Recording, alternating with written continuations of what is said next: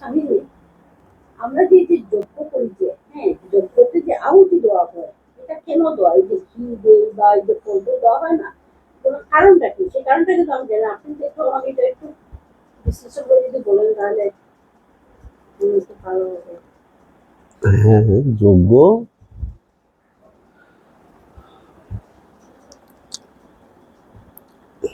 বেদ হচ্ছে পরম পবিত্র। বেদ হচ্ছে হিন্দু ধর্মের মূল ধর্মগ্রন্থ, পরম পবিত্র বেদ। বেদ সৃষ্টিকর্তা প্রকৃতপক্ষে কেউ না কেউ কোন বেদের মন্ত্রগুলিকে ধ্যানে নিয়ে এসছেন, কিন্তু সেগুলি কেউ সৃষ্টিকর্তা কাউকে বলা হচ্ছে না কেন? না, প্রত্যেকে ধ্যানে পেয়েছে মন্ত্রগুলি, সেগুলি প্রকৃতির মধ্যেই সেই মন্ত্রগুলি ছিল, সেই সত্যটাকে ধ্যানের মধ্যে পেয়েছে। অর্থাৎ কেউ যেমন হাঁড়ি কড়া সৃষ্টি করে সেরকম সৃষ্টি কেউ করে না, এখানে প্রকৃতির মধ্যে আছে, সেটাকে ধ্যানের মধ্যে পেয়েছে। পেয়ে সেটাকে দেখছে যে জগৎ কল্যাণ যদি মানুষের কল্যাণে আনতে হয়, তাহলে এটাকে মানুষের মধ্যে ছড়িয়ে দিতে হবে। তাই তারা একভাবে তারা গুরু শিষ্য পরম্পরা সবার মধ্যে ছড়িয়ে দিয়েছিলেন। এইভাবে দীর্ঘদিন ধরে চলছিল। তারপরে ব্যাসদেব এসে বেদকে সুসংগঠিত করেছেন। প্রত্যেকটি ঋক, সাম, যজু, অথর্ব এই 4 ভাগে ভাগ করে সুসংগঠিত করে আমরা আমাদের বেদকে বুঝতে পারি, জানতে পারি। সে বেদের হচ্ছে দুটো অংশ, একটা হচ্ছে জ্ঞানকাণ্ড, একটা কর্মকাণ্ড। কর্মকাণ্ড অর্থাৎ আমরা পৃথিবীতে এসেছি, আমাদের বেঁচে থাকতে হবে। সমস্ত দেবতাবৃন্দ এই চরাচর জগতে সব কিছু কন্ট্রোল করছেন।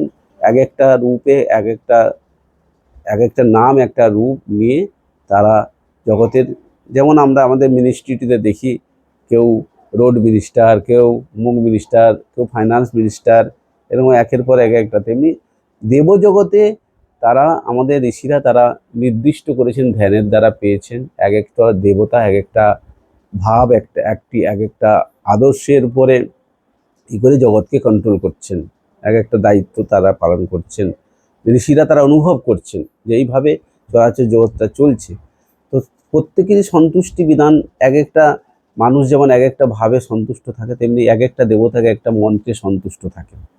তো তাদেরকে যদি তুষ্ট করতে হয়, তাহলে সেই মন্ত্রের উচ্চারণ করে আমরা তাদের যেটা, তাদের উদ্দেশ্যে যে অর্ঘ্য নিবেদন করি, তারা সেটা গ্রহণ করে আমাদেরকে আশীর্বাদ করবেন।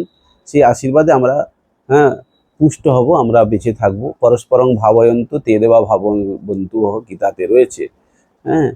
তো আমরা যে পরস্পর, একে বলে যজ্ঞ, একে বলা হচ্ছে যজ্ঞ। যে আমরাও দেবতার বৃন্দের উদ্দেশ্যে আমরা ত্যাগ করব, তারাও আমাদেরকে আশীর্বাদে পুষ্ট করবেন। এই পরস্পর যে ভাব, সেভাবে আমরা সবাই বেঁচে থাকবো, আমরা বর্ধিত হব, চরাচর জগৎ সবাই সুন্দর থাকবে। বেদ কর্মকাণ্ডে এইসব কথা রয়েছে।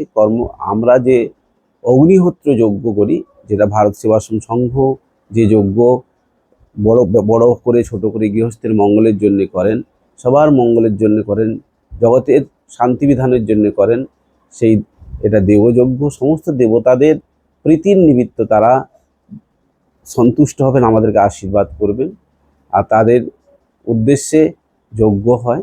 যজ্ঞের যে মূল সুবা অর্থাৎ হচ্ছে ঘি।